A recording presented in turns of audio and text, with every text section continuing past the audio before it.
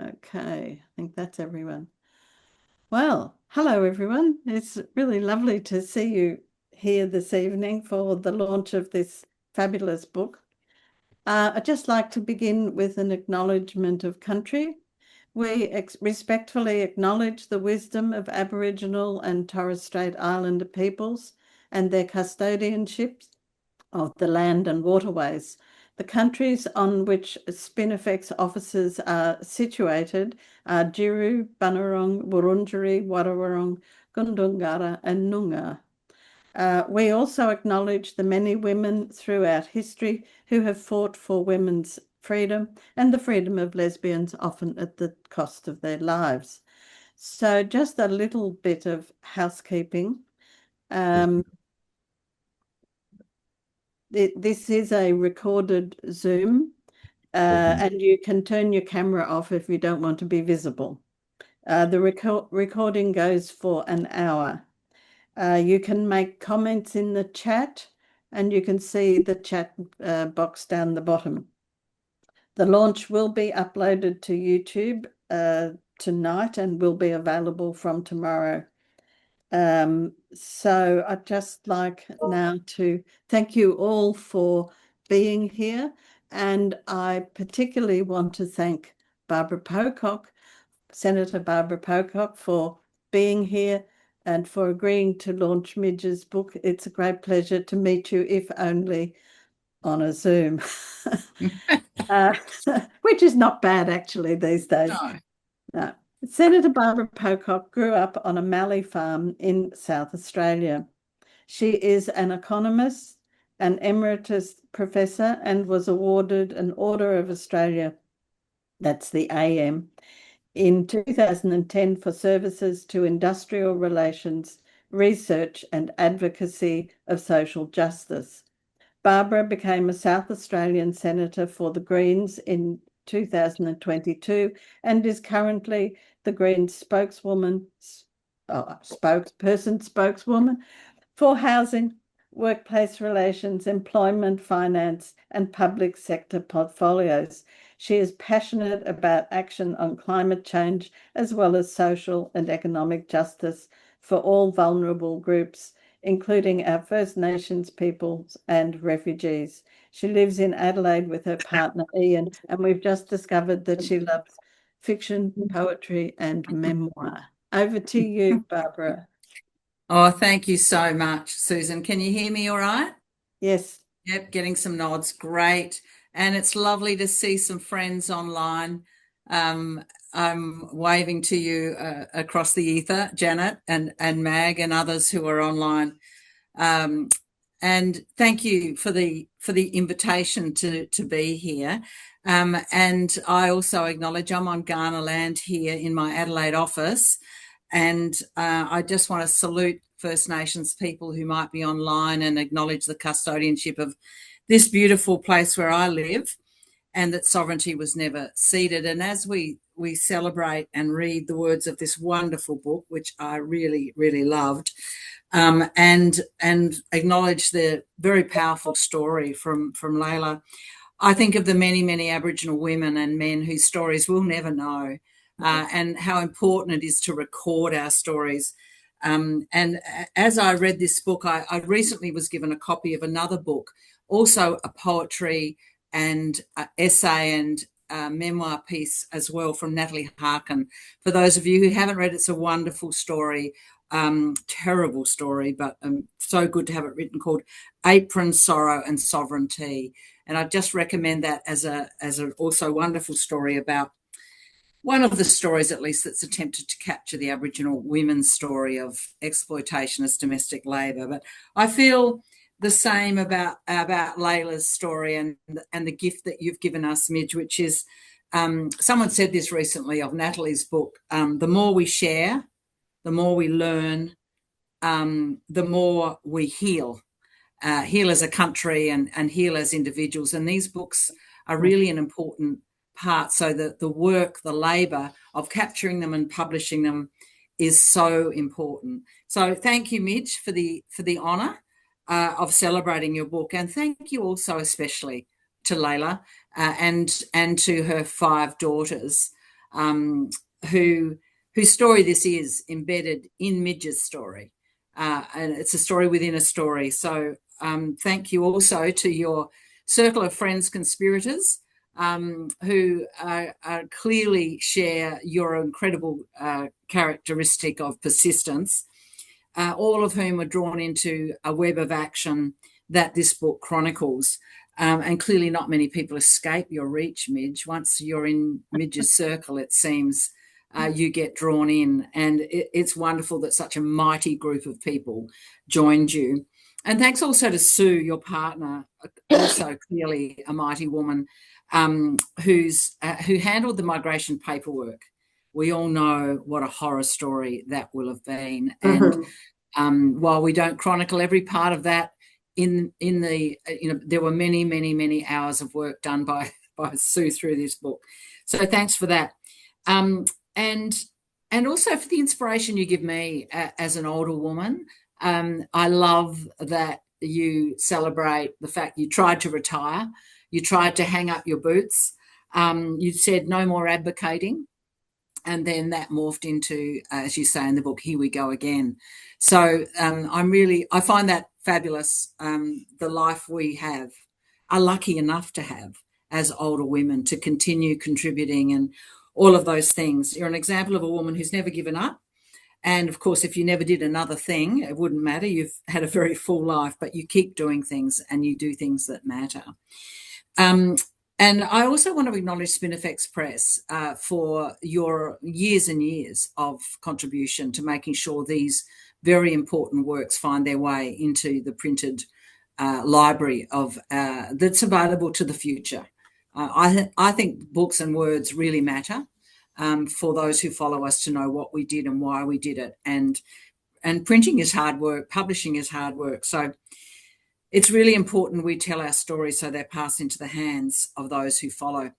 So I just want to make 4 points in my few minutes about how I felt as I read this book. And the overwhelming feeling I had as I read it was about the importance of one thing, and that's the importance of love. And I was really struck reading this book about the power of love in a world where, if you're someone like me, you have to have the news on at 6:30 in the morning and you go to bed with the news in your ears, and there's so much horrible stuff out there. And so what really overwhelmingly came at me out of the book was all of this bad stuff out there. But here was this powerful account of personal love, and of political love, of organisational love, and how important it is in all its diversity in our lives. Love is such a political fuel when we get it right. And in our public world, basically at the moment, so many of us who are living a public life are immersed in hate.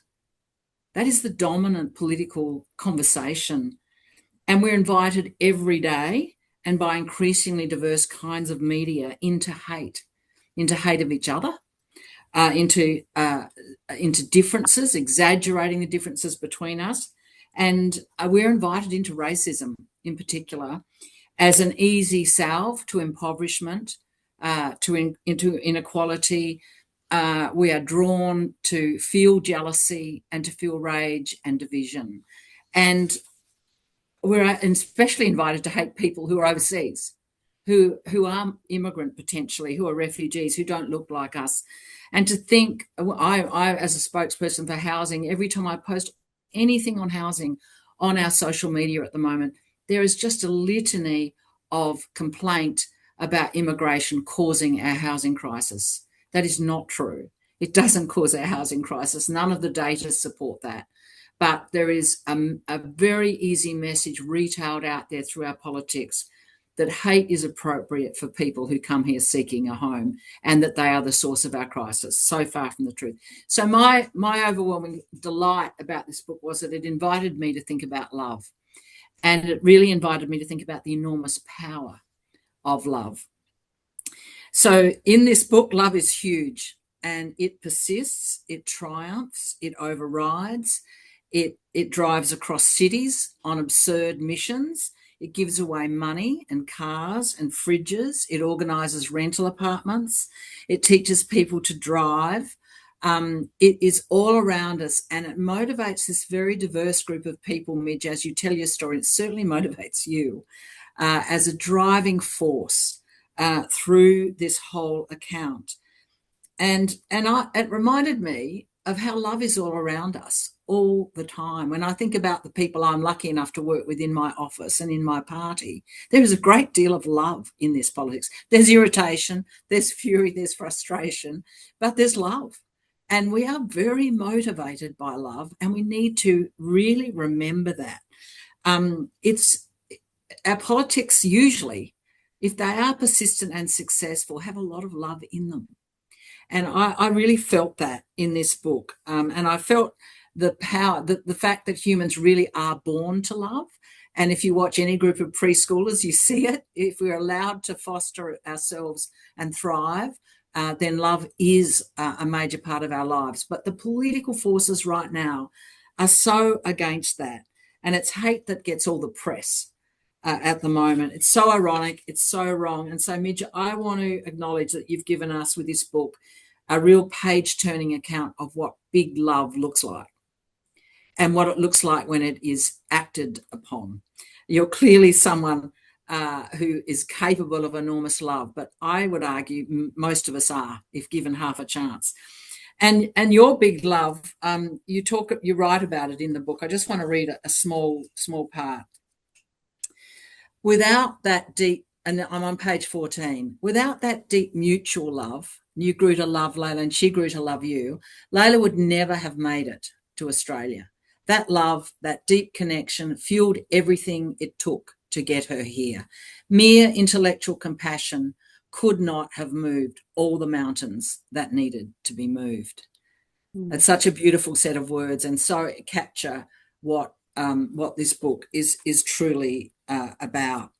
So big love for someone that you really didn't know each other very well to start with. You couldn't even really talk to each other for a long time.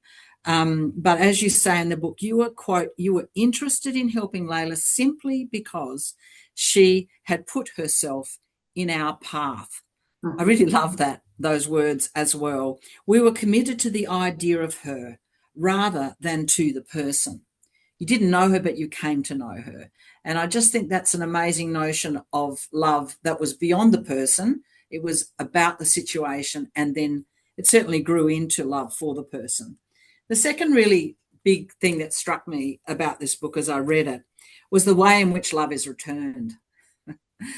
You got a massive dividend out of that love, as we do when we do good things. People say to me often, my God, how do you stand it? But, so many people say to me, and I hope they say it to you, Janet, on council, and they say thank you, and they give me a hug, and they truly are loving to people who act with principle or try and act to achieve things. And I think that's so obvious that your love for Laila and her daughters is a two-way street. Absolutely. And you gave such a lot, but you also, so you get such a lot back. And, rarely is there in that exchange a calculation of a return. It is entirely spontaneous. It's unpredictable, but it's like the magic pudding, isn't it? It's relentlessly reproducing and fattening us up. And thank heavens for that. And I love the way through the book you show how much this adventure and these relationships built all kinds of connections. Adelaide is a very connected city. It's one of the great things about our city. It's at a scale, and it has the geography works towards it. But I love the way that those connections are really clear throughout the reading of the book. I love the gorgeous physical affection across the cultural divides that are really evident, first with Juma when he calls you, because he's your son, you can hug, and because you're the mother, you and Sue, you can hug. That kind of physical connection is so lovely. But, 20 years you've been doing this work, giving love to the refugee community and receiving it. And it made me really think about how when our jobs, our volunteer work, all the things we do are working well, There is a lot of love around and a lot of exchange. You think about hospitals and schools and offices, our homes, our families. We have a lot that happens in those situations where when things are good, you're working in a trade union, when things are good, you feel love for the people around you. So it's a big difference to the politics and practice of hate. I think about those men who yelled out at the welcome ceremony on Anzac Day last Saturday. None of that was about love. That was about division and trying to generate hatred and about feeding that hatred and alienation. And I read it on Pauline Hanson's face every time I'm in the Senate chamber with her. I see her face. It seems to me is incredibly angry. And I sense a sense of really very profound isolation. And I see that in our Senate. And that is a very bad way to do politics. You do bad politics out of those places, and they show in our physical isolation and on our faces. So love, on the other hand, it's like bread dough. It rises, it spreads, it feeds us, and it's a really powerful political tonic.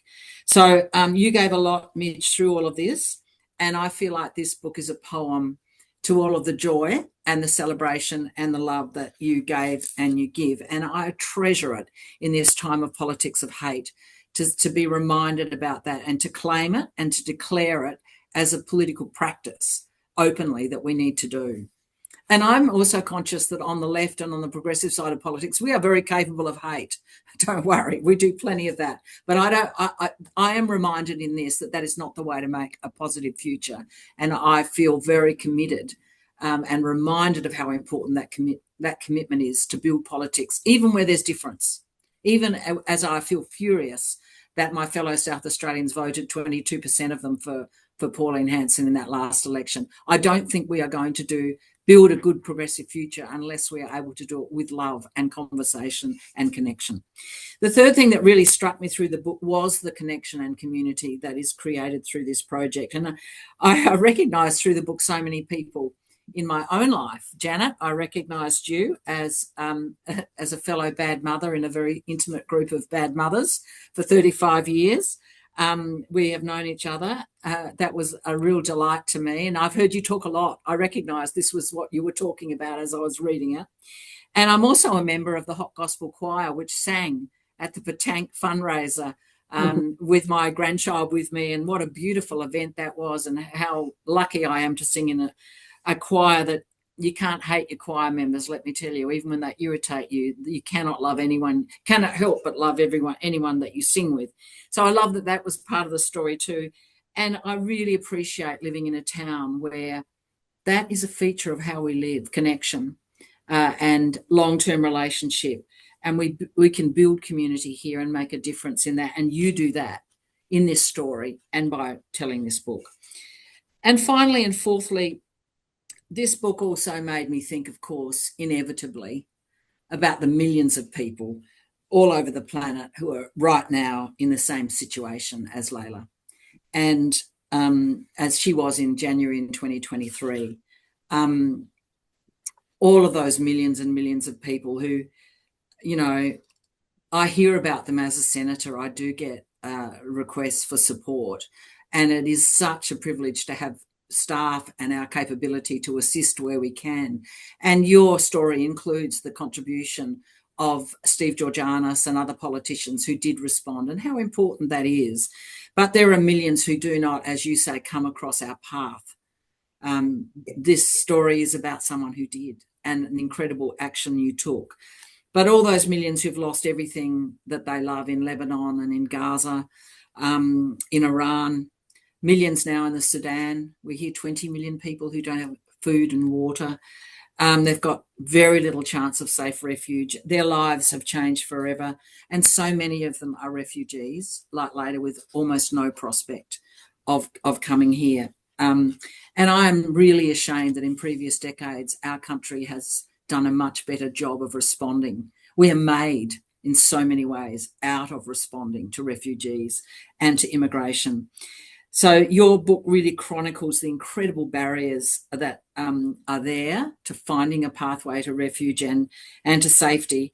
and money, resources, all of the things. And it shouldn't be down to just luck of whose path you happen to cross to find your way to a safe future and to be able to bring your children to a safe future with all of the complexity of that future, which your book chronicles for Laila. It's not a straightforward business to immigrate, to be a refugee. You lose a lot even as you gain safety for your children, as your book makes clear.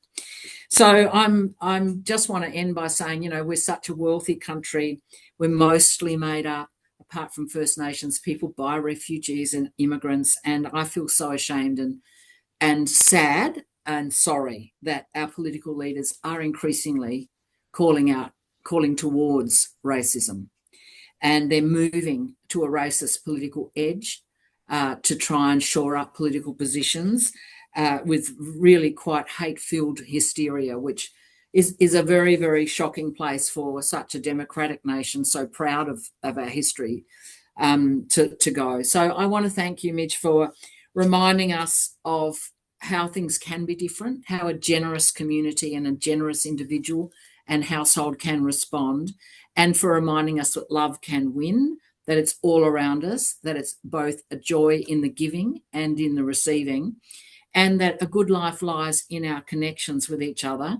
And there are millions of people for us to respond to hold ourselves responsible for responding to. They certainly deserve our political agitation. They deserve our efforts to equip refugees with the things they need, and to especially do all of that hard year of yakka to get them safely with their children out of there. So it really is my great pleasure to thank you for this wonderful book, which I loved reading and strongly recommend, and also to launch it along with all the other launches and celebrate you for not just for this book, which I'm very grateful for, but for all of the work and the connections and the love that are behind it. Thank you. Thank you very much, Barbara. I really appreciate you coming here and being able to launch Mij's book today.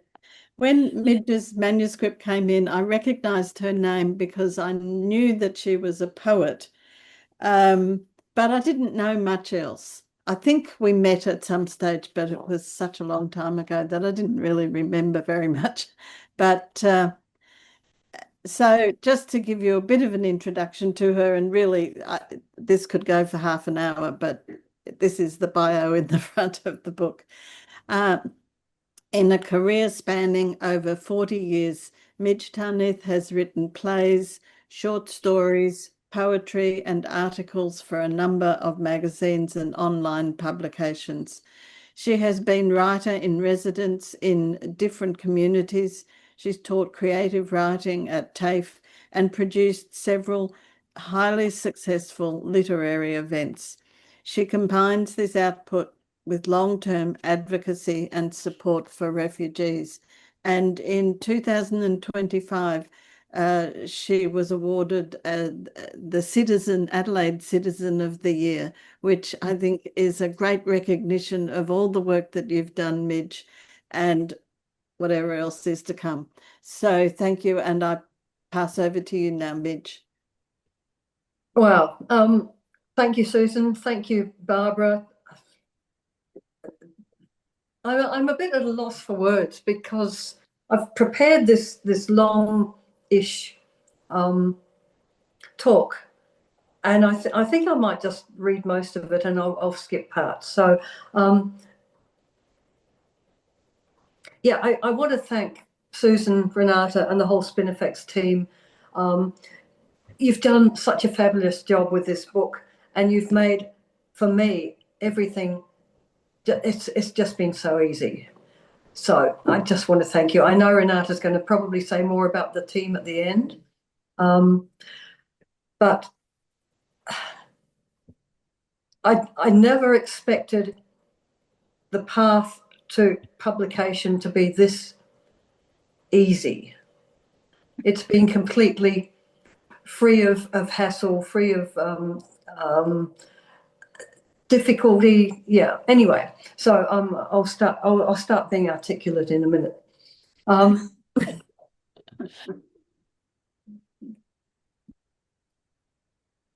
I'm speaking today also from the country of the Kaurna people, who, among other First Nations, are Australia's original storytellers. I pay tribute to the Kaurna culture, to its custodians past and future, and also the custodians that are living here on the Adelaide Plains right now.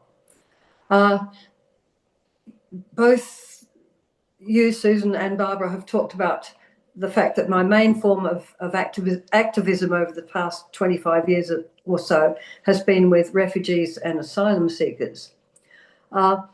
Just looking back, I can say that this began when I was married to a Vietnamese man, and in the years after the fall of Saigon, I spent a lot of time helping the boat people who arrived in Adelaide, setting up bank accounts, finding jobs, finding houses, finding schools for their kids. And then in the early 2000s, Sue and I supported a family of detainees in the Baxter Detention Centre and invited them to share our house when they were eventually released. At this time, we were also organising a number of really big rallies in support of refugee rights. A few years later, around about 2008 or 9, we managed to secure humanitarian visas to bring 5 young Congolese orphans to Adelaide, and we raised enough money to pay for their lawyers' fees and their airfares. In 2018, a small group of us created and curated Safe Harbour, a project designed to raise public awareness of the plight of detainees on Manus Island and Nauru. What we did was to set up a series of interactive art installations centred around a large plywood boat painted and distressed to look like an old fishing vessel, and a colourful swirling flotilla of more than 1,000 small hand-painted boats. We'd invite members of the public to write or paint messages of support for refugees on these boats, and at the same time learn the truth about our government's appalling human rights record in this area. In 2019, we won the prestigious Don Dunstan Social Justice Award. And incidentally, it was through Safe Harbour that Sue and I met Juma, our lovely Afghan son, and it was Juma who provided that essential link between us and Laila. So all this experience in fundraising, in building support networks, the kind of networks that Barbara's talked about in and around Adelaide, and dealing with the often hostile immigration system, all this led to our accepting the challenge of bringing Laila and her daughters to Australia. At the same time, through all those years, I was writing regular feature articles, plays, short stories, as Susan has said. I never considered myself a professional writer. I made money from it when I could and fell back into TAFE work when I had to. But in recent years, these two strands of my life have come together, and I use my writing skills when creating stories to touch people emotionally. And I've used this through all of my refugee activism. I'm very much a storyteller, a chronicler of other people's lives. Consequently, my work is mainly non-fiction. I believe in the power of stories, not only to inform, to shine a light into the dark places, but to use the often deeply personal to make political statements, which is something that I'm echoing after Barbara's made a similar comment. And so to Laila's story. It all began, as the blurb on the back cover explains, when Juma walked into our house one hot summer's day. His phone was ringing, and Sue and I listened while he conversed at length in Dari.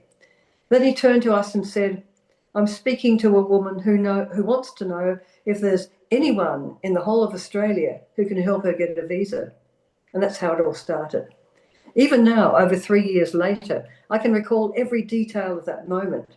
Juma was standing in the living room in a white T-shirt, half turned away to take the call. He hadn't even had time to greet us. Sue and I were also standing, waiting to say hello, waiting for us all to sit down. But before we could, he handed his phone to me and I heard Laila's voice for the first time. She knew enough English to say hello and give her name. Then I spoke to the man who was interpreting for her. And that phone call, that moment, was the start of all of this. Sue and I agreed to do what we could, even though we thought the chances of success were pretty much zero. And so we put together a small group of friends to help try to negotiate our way through the whole visa application process. It's not a spoiler to say that we were successful. Without this great outcome, there would have been no story to write. So the first section of the book documents in great detail all that it took to see this beautiful family arrive safely in Adelaide. And the second gives the reader some idea of the complexities, of the challenges and joys of the refugee settlement experience. I'm sometimes asked, often asked, whether I wrote the story in real time as it was unfolding, but that's not how it happened. I was far too busy, far too stressed, dealing with all that had to be dealt with to find the time and the quiet space I would have needed. I was writing regular bulletins for our ever-growing network of supporters and financial donors, publicity for our series of fundraisers, letters to lawyers and politicians, all of which depleted my time and energy. Even after the family arrived, our group continues to organise fundraisers, and at the same time, I was expanding my role as Laila's mum and the girls' grandmother. It was a pretty intense time. I still am Laila's best friend, her confidant, her go-to person, her mum whenever she needs help. I should mention that as time passed, others joined me in this support role, including the only man in our circle, and what an indispensable part he plays. One of my poem, The Archangel Raphael, has a bit to say about him. I'd like to read that to you now.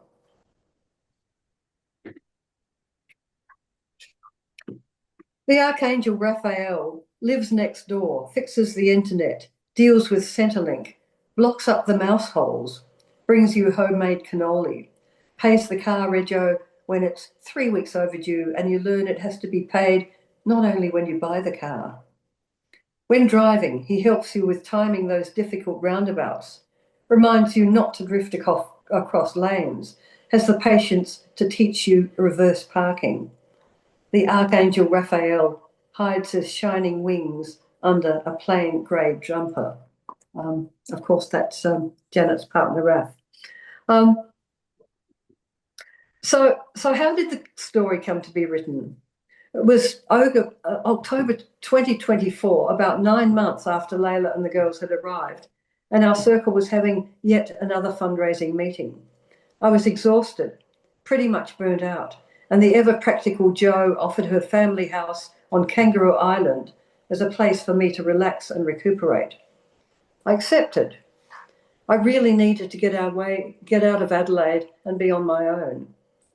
For that first week, I hung out at the wharf at American River, took photos of the sea lions and the rows of small boats rocking in the harbour. I went for long walks along the coast, climbed the hill behind the house, and lay for hours in the long grass, just watching the clouds. I gave my brain its much-needed rest. In the second week, I began to write a poem, a paragraph about what I'd been doing, something about the koala in the tree outside the window. Then, once the pump was primed, I wrote over 4 days a draft of what would be the first section of the book. I remember years ago at Writers' Week, and we won't go into that, something that Oliver Sacks said, "I don't know what I think till I see what I say." How true.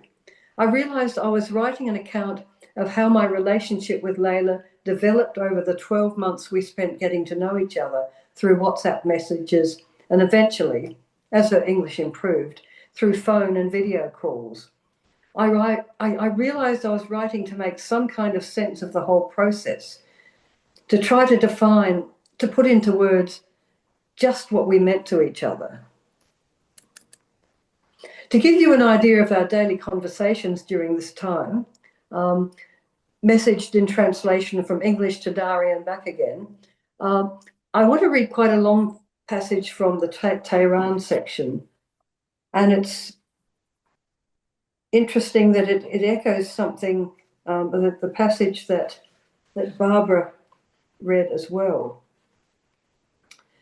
At the heart of it all, at the deep, deep heart of it all, was my relationship with Laila.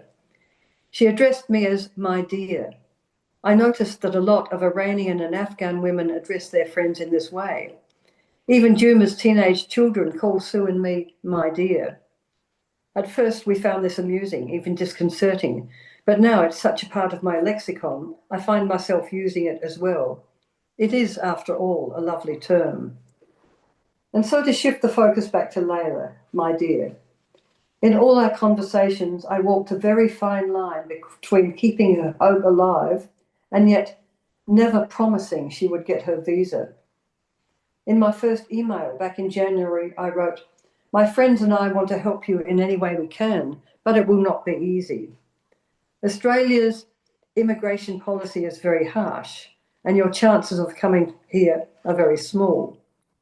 She told me much later that she had made a decision to hold on to that very small hope, because very small was always going to be better than nothing. I walked the line. It was difficult at times, especially in the depth of winter when I'm prone to seasonal depression. I had to work hard to not take on the burden of her despair. I wept when I read her account of walking through the streets in the aftermath of those school bombings. We wept together when she talked about her missing husband.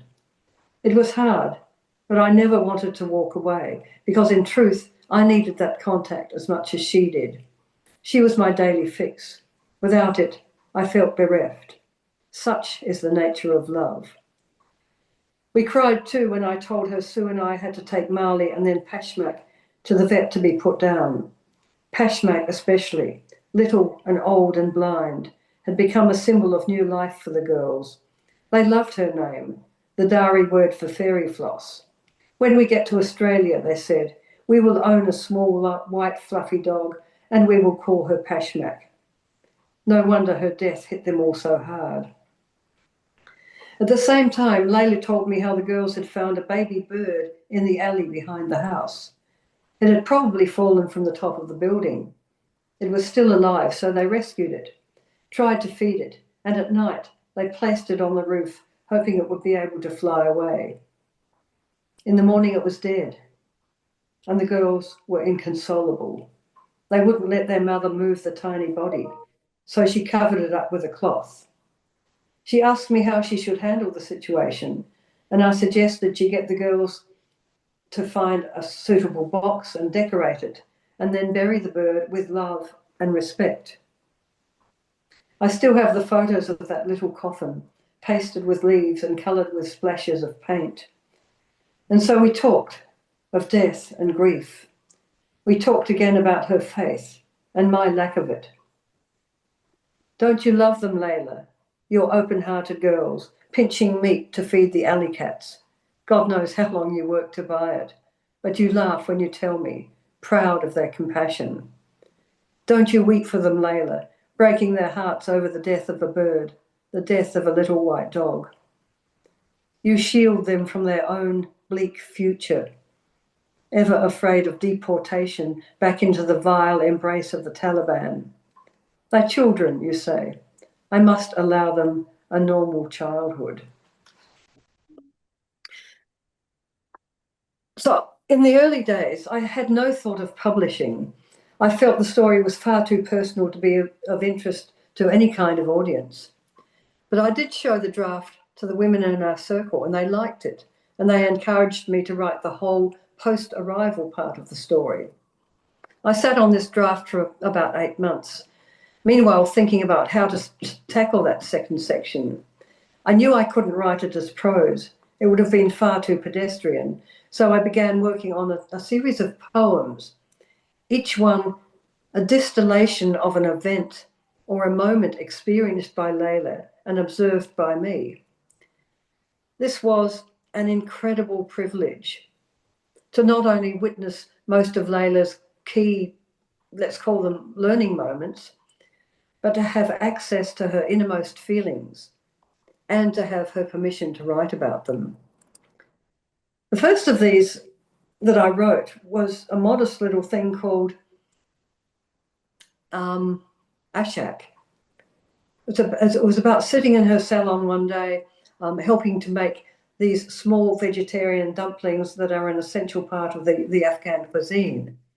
Okay, and I'll just read that one. We're making ashak at the table in the salon, my old hips far too sore for the floor.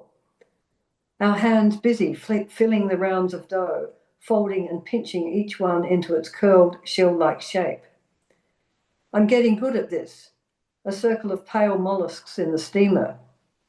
Women oceans away have always made ashak in their kitchens, in their salons, working together in their landlocked country.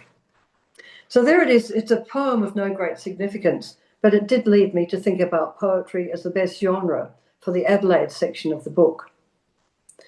So there I was for weeks, writing a poem before breakfast every morning. I showed each one to Laila, and she marvelled at my ability to put into words the things she wanted to be said. Very soon she began to tell me what she thought should be included in the book, a number of poems, and you'll probably recognise them because they tell the story from her innermost being. Perhaps the most deepest and personal of these is the last poem in the book, but I'll let you read that one for yourself. So anyway, I sent the draft manuscript to Spinifex, thinking they might possibly be interested. They were, and I was suitably astounded. Susan, I think, asked me to write more detail into the first section, which I did, and I also introduced more poems and embedded some of them in the prose. So that's how the book came to be written. I've been asked a number of times how long it took me and whether it was a difficult process. In truth, it seemed to take no time at all, and mostly it just fell out of my head and onto the page. And it's really because I've been in this privileged position of living the story with what I think is a rare intensity. There's nothing omitted, there are no filters in the work. What the reader gets is a story about the hearts and lives of two women laid out for all to see. Except for one detail. Laila is a pseudonym. She is an intensely private woman, more than happy for her story to be told, but reluctant to be the poster girl for refugee rights and experience. When an ABC journalist, Gladys Saruga, was preparing an article about Laila and the girls, we needed to come up with an alternate name. Now, this was just before the family was due to arrive in Adelaide. And because everything else was happening at the same time, Laila kept forgetting to give me an alternate name, a pseudonym. So the deadline set by Gladys was imminent, and so I Googled female Afghan names and chose one that I thought sounded lovely and emailed Laila to Gladys. About half an hour later, I received a WhatsApp message from our girl in Tehran. "Oh, Mum," she said, "I've chosen a name for the article. It's Laila. Same name, same spelling." I wasn't surprised. So there you are, the story of a story that was never intended for publication. But I'm very glad I did send it to Spinifex Press. I'm very glad that Susan and Renata liked it enough to publish. Perhaps I can leave you with a final poem, one that I feel shows not only the close bond between Laila and me, but highlights her willingness to bridge the differences between us. It's called Tricky Question. I'm about to leave. It's late. We've been talking all evening. The door already open, the cold night air already muscling its way in. Sometimes the hardest question can only be asked as an afterthought. We stand there on the doorstep, shivering. How would you feel, Laila? You, a devout Muslim, how would you feel if one of your girls one day tells you she's a lesbian? "Oh, Mum," you say, "if they grow up to be like you, I will be so proud." Thank you for listening. Oh, thank you so much for your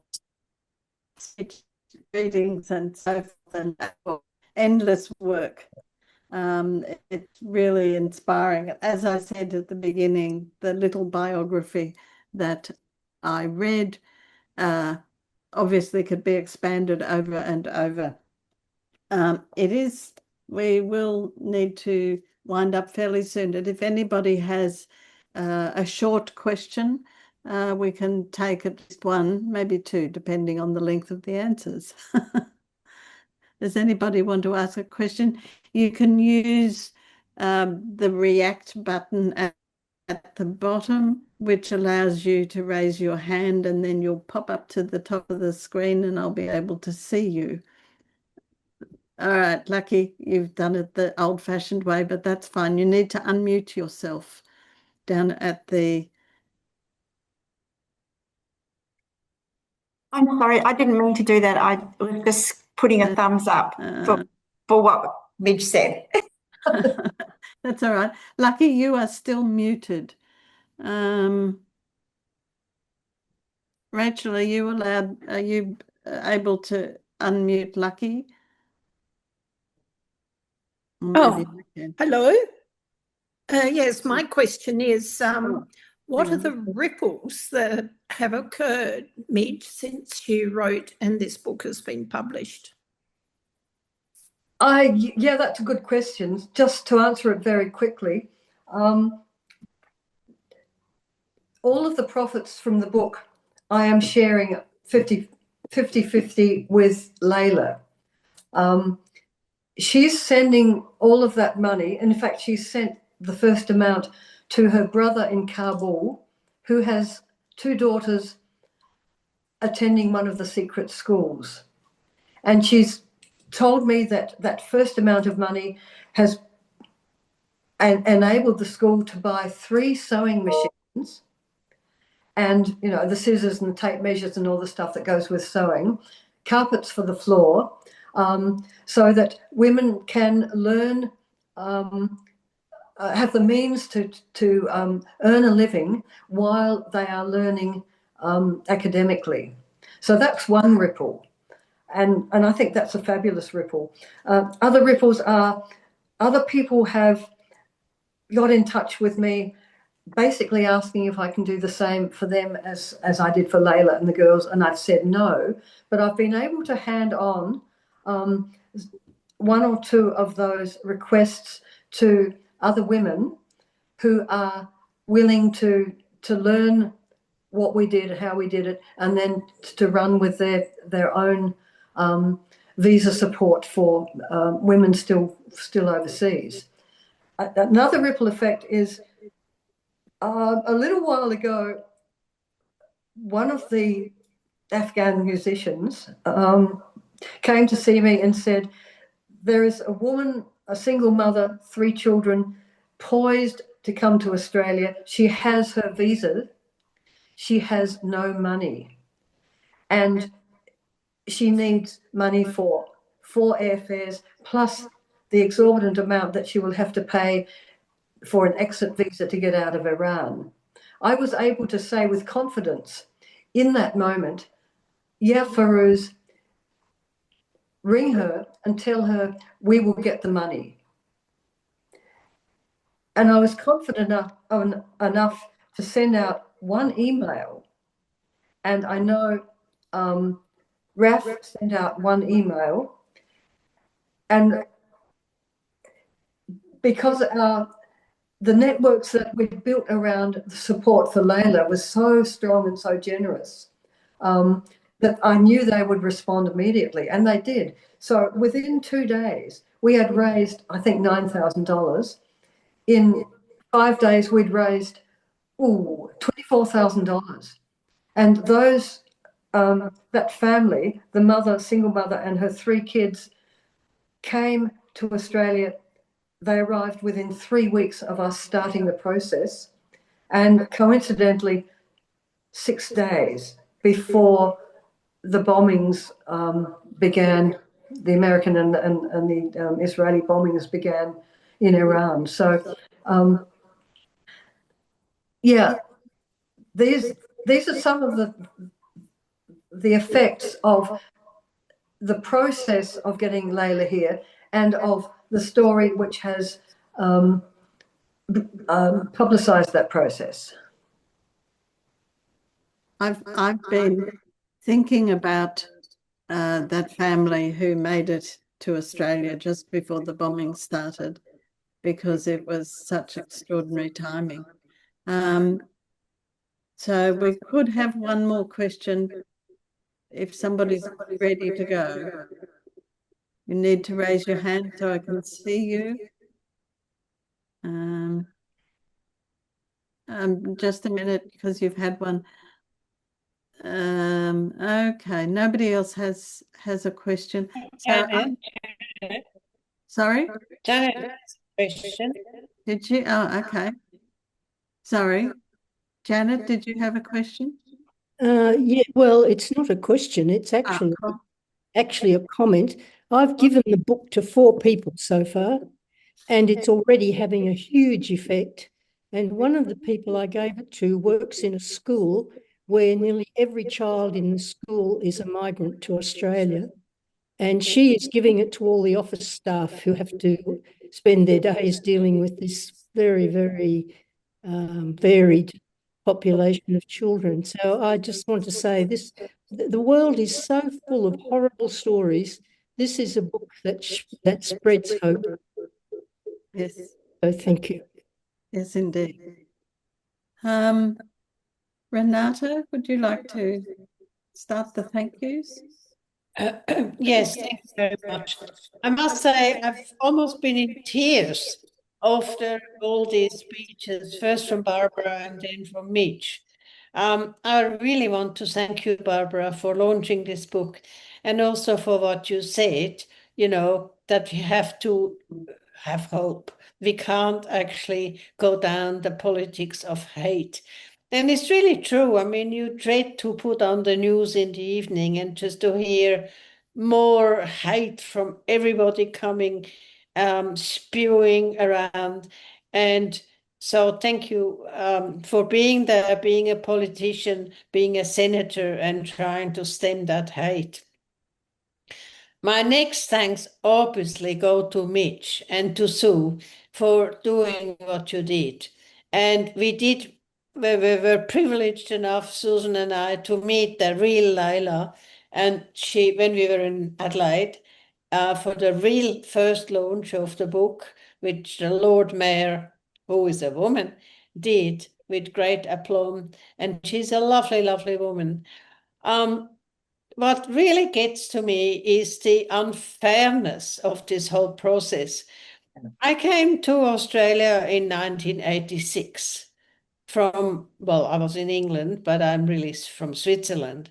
I had a fellowship that got me to Australia, and then I got a postdoc from Deakin University. And then I decided I would quite like to stay in Australia. And yes, it took about 2 years. And yes, I had to have endless letters from people telling the whatever they were, the border force people, that I'm the best thing that has ever happened to Australia, and they have to let me in. But what a difference. Why was I privileged?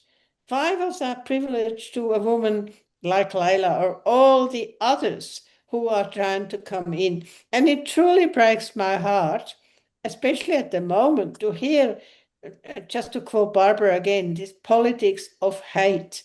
What has happened to Australia? It's not the Australia that even I knew. And we really, really have to get to a different plane. It is just horrible to be here. But anyway, going back to what Mij did, and thank you for Barbara, I just want to say thank you to the whole Spinifex team, because books don't just make themselves. I mean, Susan is obviously Madam Spinifex and very important Spinifex. Nothing would happen with her. But we also have Rachel McDermott, who has been here. She helps us whenever we got ourselves into a hole. She is our wonderful, wonderful marketing director, and it's fantastic. Then we have Danielle, who does the sending out of books. She wouldn't get any books if she wasn't in the office. Then we have Pauline, who I think had quite a lot to do with Mij, because although Mij's manuscript was almost perfect, you know, even a perfect manuscript needs editing. Everybody needs editing. And Pauline and Susan did a lot of editing on your manuscript. So thank you very much to Pauline, who can't be here this evening. And I also really want to say thank you to Caitlin, who was here before. She's our media manager and gets your stuff out on TikTok and Instagram and God knows where. And then I really want also to thank Deb Snipson for this most beautiful cover. I'm sure you all agree that it's a beautiful cover. We first tried to have a cover with the 5 daughters on it, because when they came to Australia, they all wore yellow dresses, and Mij sent us a photo, but it kind of didn't work. And then, you know, out of the blue, Deb, who is just wonderful, came out with this gorgeous design that makes just your heart sing when you look at it. And the interior of the book is also very gorgeous, because Helen Christie, who's our designer for the interior of the book, is very talented. So we have a whole Spinifex team. We are very proud of every book that we publish.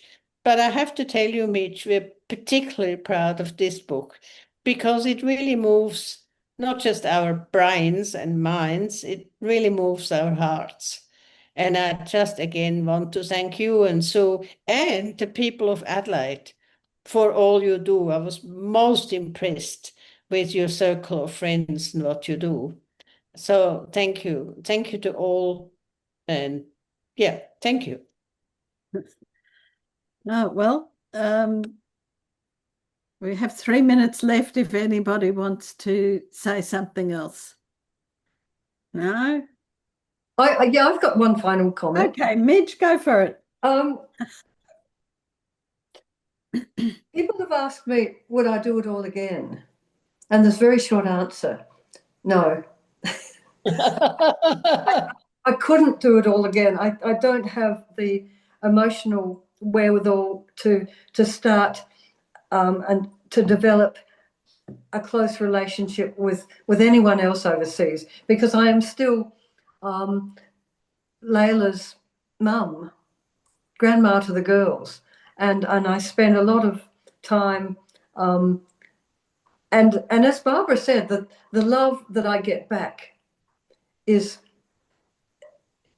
amazing. It's incredible, and it makes everything so worthwhile.